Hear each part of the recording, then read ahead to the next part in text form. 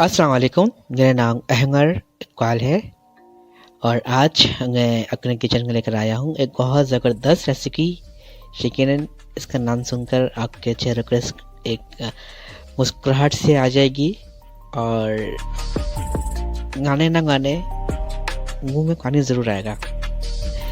तो आज की बहुत अच्छी सी रेसिपी है, बहुत ज़बरदस्त। इसकी डिमांड बहुत है मेरे पास और मुझसे बहुत सारे लोगों ने पूछा था कि ये सही तरीके से किस तरह से बनाई जाती है, और हम जब बनाते हैं तो हमसे ये गलती हो जाती है, इस तरह से नहीं बनती। जनाब, आज हम बना रहे हैं निहारी। निहारी जो लफ्ज़ है वो निहार से निकला है और यानी कि ये ब्रेकफास्ट यानी कि नाश्ते की डिश है ये। अब चूँकि ज़माना चेंज हो गया, मॉडर्न हो चुका है, तो अब इसको लोग बहुत सारे लोग लंच में और बहुत सारे लोग डिनर में भी सर्व करते हैं। तो निहारी बेसिकली ये सर्व किया जाता है सुबह के नाश्ते में। तो आज जानते हैं निहारी की डिटेलिंग कि निहारी हम किस तरह से आसानी से और किन मसालों के साथ हम बना सकते हैं। लेकिन याद रखिएगा, निहारी सिर्फ एक मसाले के साथ बनाई जाती है। जी हाँ, निहारी एक मसाले के साथ बनाई जाती है। बाकी जो चीज़ें इसके अंदर हम ऐड करते हैं वो टेस्ट के लिए होता है, खुशबू के लिए होता है। ठीक है। निहारी के अंदर 7-11 किस्म के मसाले नहीं शामिल किए जाते, सिर्फ एक मसाला। और वो क्या है, देखते हैं। अच्छा चलिए जी, निहारी के लिए सबसे पहले हमें मीट यानी गोश्त का इंतखाब करना है। गोश्त कौन सा होगा? गोश्त गौं का गोश्त ले लें जिसके अंदर रग होते हैं, चर्बी होती है। गाय का, बकरे का या चिकन अगर लेंगे तो कोशिश करें लेग पीस और थाई पीस का इस्तेमाल करें इसके अंदर, ताकि इसके अंदर फैट होता है, जूसी होता है, वो हमारे लिए फ़ायदेमंद है, यानी कि इस रेसिपी के लिए फ़ायदेमंद है। और ना चाहे कोई सी भी आप मतलब चिकन की कोई सी भी से ले सकते हैं। अच्छा, 1 किलो गोश्त, फॉर्मूला सुन लीजिएगा। 1 किलो गोश्त, इसके अंदर आधा किलो प्याज, 1 पाव घी। अच्छा, निहारी की कोर क्या है? कोर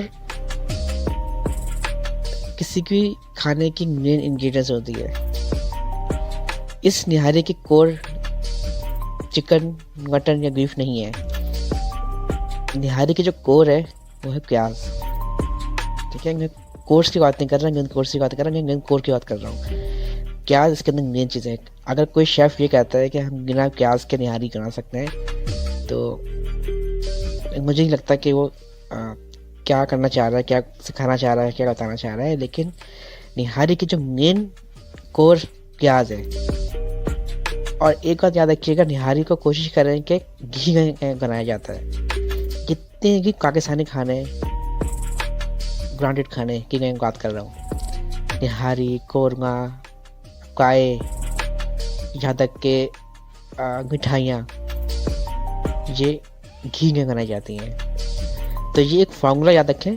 1 किलो गोश्त, 1 किलो का आधा किलो प्याज, आधा किलो प्याज का आधा, 1 पाव घी। जिस तरीके से आपका जो है मीट बढ़ता रहेगा, प्याज की क्वांटिटी की बढ़ती रहेगी और घी की क्वांटिटी। आप सोच रहे होंगे कि 5 किलो गोश्त है तो इसका मतलब है कि 2.5 किलो प्याज और 2.5 किलो का आधा घी। अच्छा, जब 5 किलो गोश्त आ जाए तो प्याज 2.5 किलो नहीं, प्याज 2 किलो आ जाएगा और इसका आधा 1 किलो घी, ये रेशो होगा। ठीक है, चलो जनाब स्टार्ट करते हैं निहारी बनाना। अच्छा जी, निहारी सबसे पहले हमने गोश्त को कट कर लेना है, प्याज को काट लेना है, बारीक स्लाइस करना है। अब एक ख़ास अंगल करना है। वो क्या है?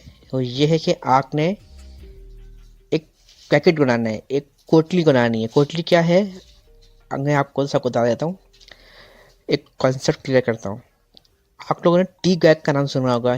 टी बैग एक चाय होती है, छोटे से फिल्टर कुकर के अंदर पत्ती होती है, उसको डुबाते हैं और गर्म पानी के अंदर दूध डालते हैं और चीनी डालते हैं और फिर उसको हम क्या कहते हैं, इसके अंदर का जो अर्क है, चाय की पत्ती का जो जूस है अर्क है वो चाय का होता है, फिर उसको निकाल कर फेंक दिया जाता है।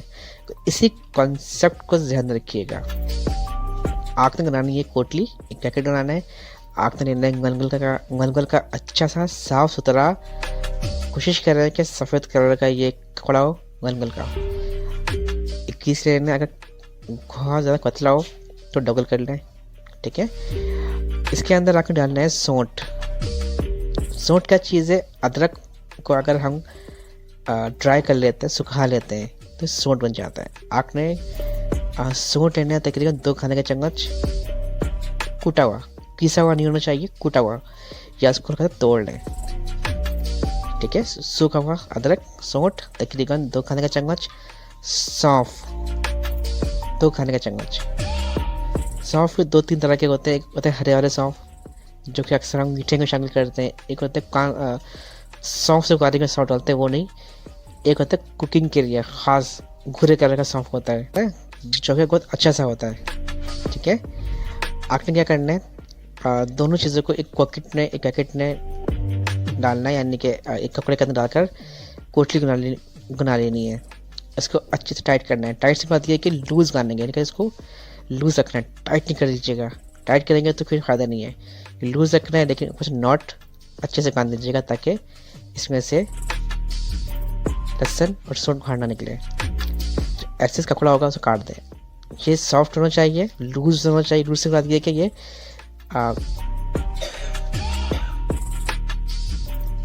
लूज़ से मुराद ये है कि ये बहुत ज़्यादा मतलब टाइट नहीं गानेंगे हम, सख्त नहीं गानेंगे, सख्त नहीं होना चाहिए ये। इसके अंदर सौंठ और सौंफ वो मूव होता हुआ नज़र आ रहा हो, ठीक है। अच्छा, अब करना ये है, आपने सबसे पहले घी गरम करना है। घी के अंदर डालना है प्याज के अंदर जो कोटली हमने बनाई थी ये डालना है, और गोश्त डालते ही आपने इसको नॉर्मल आंच के अंदर पकाना शुरू कर देना है। प्याज को ब्राउन नहीं करना, गलाना नहीं है, ठीक है। और प्याज को जस्ट हमने इसका कीमा करना है एक तरीके से। कैसे कीमा कर देंगे, प्याज को आपने चम्मच की मदद से अब गोश्त के साथ भूनते रहना है, यानी कि चलाते रहना है ताकि गोश्त की रगड़ से कीमा पिस जाए, ठीक है, एक मसाला बन जाए। तकरीबन ये अगर कहाँ 10-15 मिनट तक करते रहना है, ठीक है। जब आपको लगे कि प्याज अच्छे तरीके से गल चुका है और इसके अंदर से खुशबू आने लग जाएगी प्याज की, एज ए वीडियो चैलेंज हमने एक उसी चम्मच से या किसी भी चम्मच से एक हल्का सा साइड से उठा के चेक करना है प्याज की कंडीशन क्या है। आपको लगे कि प्याज हमारी जो है वो गल चुकी है, यानी कि इसका किसा गया है, कीमा बन गया है, तो बस आपने क्या करना है, नेक्स्ट प्रोसीजर की तरफ आना है। आपने एक या आधा कप पानी लेना है, 1 कप पानी लेना है। 1 कप पानी के अंदर आपने 2 से 3 खाने का चम्मच अदरक और लहसुन का पेस्ट को अच्छी तरीके से हल कर लेना है। अदरक और लहसुन के पेस्ट को अच्छे से हल करने के बाद आपने पानी संगत इसके अंदर शामिल कर देना है, ठीक है। थोड़ा सा भूनना है ताकि अदरक और लहसुन के साथ इसके अंदर से खुशबू आने लग जाए। अब आपने इसके अंदर, मैंने आपसे शुरू में कहा था कि एक मसाला डालते हैं इसके अंदर। तकरीबन 4 से 5 मिनट आपने पकाने के बाद एक मसाला क्या है, वो है लाल मिर्च, पिसी हुई लाल मिर्च इसमें शामिल करेंगे। अच्छा, याद रखिए निहारी स्पाइसी होती है, चटपटी सी होती है, तो निहारी के लिए आपने इसके अंदर एक तकरीबन 2 से 2.5 खाने के चम्मच भर कर लाल मिर्च शामिल करना है। अगर ज़्यादा स्पाइसी करना है तो 3 चम्मच कर लें, वरना 2.5 चम्मच सही है, ठीक है, जिससे हम खाना खाता है। ये शामिल करने के बाद आपने इसको मिक्स करना है। अब आते हैं नेक्स्ट स्टेप की तरफ। नेक्स्ट स्टेप क्या है, अगर आपके पास गाय का गोश्त है, यानी कि गाय का गोश्त या बकरे का गोश्त है, तो आपने इसके अंदर तकरीबन 4 से 5-6 गिलास आपने डालकर पानी डालकर सिर्फ आँच पर छोड़ देना है ताकि गोश्त अच्छे से गल जाए। तकरीबन आधे घंटे के लिए या 45 मिनट के लिए आपने उसको गोश्त को अच्छे से गलाना है।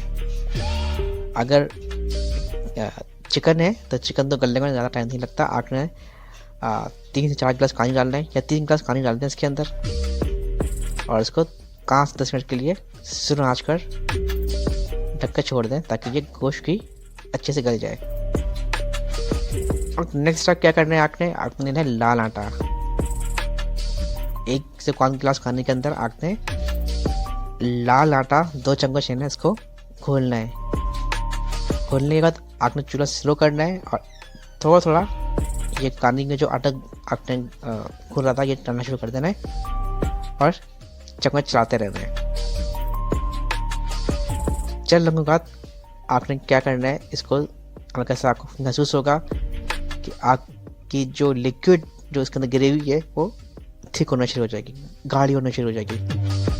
अच्छा, यहाँ हम एक गलती करते हैं। गलती क्या करते हैं? गलती ये करते हैं कि हमें थोड़ा सा सब्र नहीं होता। हमें लगता है कि यार ये तो आटा काम नहीं कर रहा, ठीक है, शायद हमने आटा कम डाल दिया है या सही नहीं हुआ, तो थोड़ा सा आटा उसके अंदर लोग या कॉर्नफ्लावर खा होते हैं एक्स्ट्रा डाल देती हैं।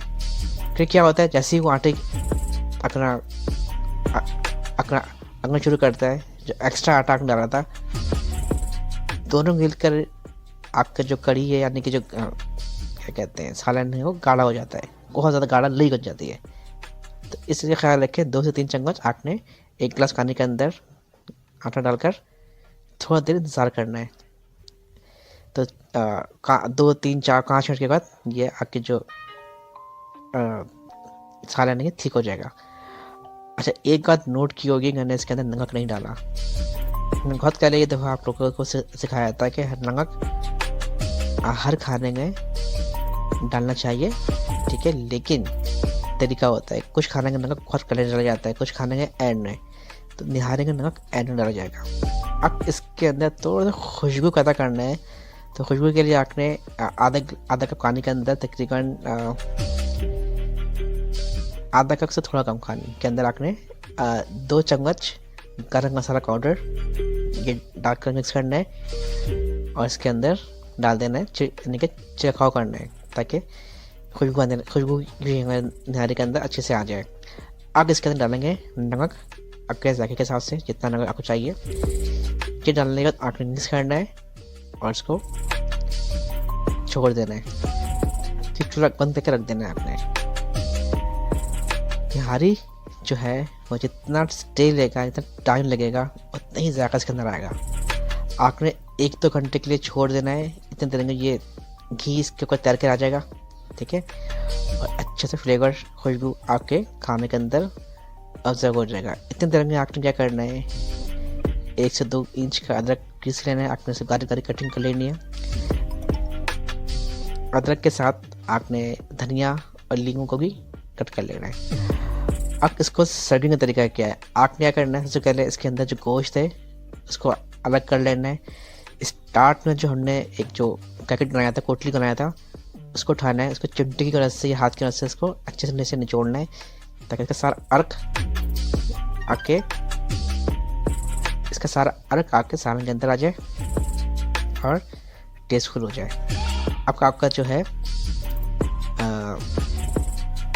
गोश्त अलग हो गया। अच्छा, गोश्त अलग करने से पहले सबसे पहले आपने इसके अंदर जो इसके ऊपर जो घी आया होगा, घी को अलग करना है। सबसे पहले घी को आपने, अगर ग्लाइंड है तो किसी की साइड से हेल्प लेकर घी को अलग करना है, घी को अलग क्या निकाल लेना है। फिर आपने इसके अंदर से हड्डियाँ या गोश्त निकाल लेना है, ठीक है, और फिर सालन को उसी पतीले के अंदर रखना है। अब 3 जगह पर 3 चीज़ें हो गई हैं। एक जगह पर आपका जो तरी है, जो घी है वो है, एक प्याले के अंदर गोश्त है और एक पतीले के अंदर सालन है। अब जब इसको सर्व करेंगे, सर्व करने के लिए सर्विंग डिश के अंदर आपने सबसे पहले जो मीट है, जो गोश्त है, गोश्त रखना है। गोश्त के ऊपर आपने जो सालन बनाया था उसको गर्म करेंगे। सालन गर्म हो जाए, हल्का सा गर्म होने के बाद सालन से को डालेंगे और जो तरी यानी कि जो घी था उसको 1 या 2 चम्मच इसके ऊपर डालेंगे और अदरक और हरे धनिया जो हमने गार्निशिंग के लिए काटा था इसके ऊपर छिड़केंगे और नींबू के साथ आपने इसको सर्व करना है। जब पराठे के साथ सर्व कीजिएगा, सुबह नाश्ते में ये आप नान के साथ, कुलचे के साथ, तिल वाले पराठे, तिल वाले कुलचे जो होते हैं, इनके साथ सर्व करेंगे। ये बहुत मज़ेदार रेसिपी है ये। आई होप आपकी रेसिपी अच्छी लगी होगी। कोई भी सवाल हो आप हमें ज़रूर अपने कमेंट्स में ज़रूर बताइएगा, और कोशिश करें हमारे चैनल को शेयर करें, सब्सक्राइब करें और अपने दोस्तों तक ज़रूर पहुंचाएं हमारा ये इल्म। थैंक यू सो मच, बहुत शुक्रिया।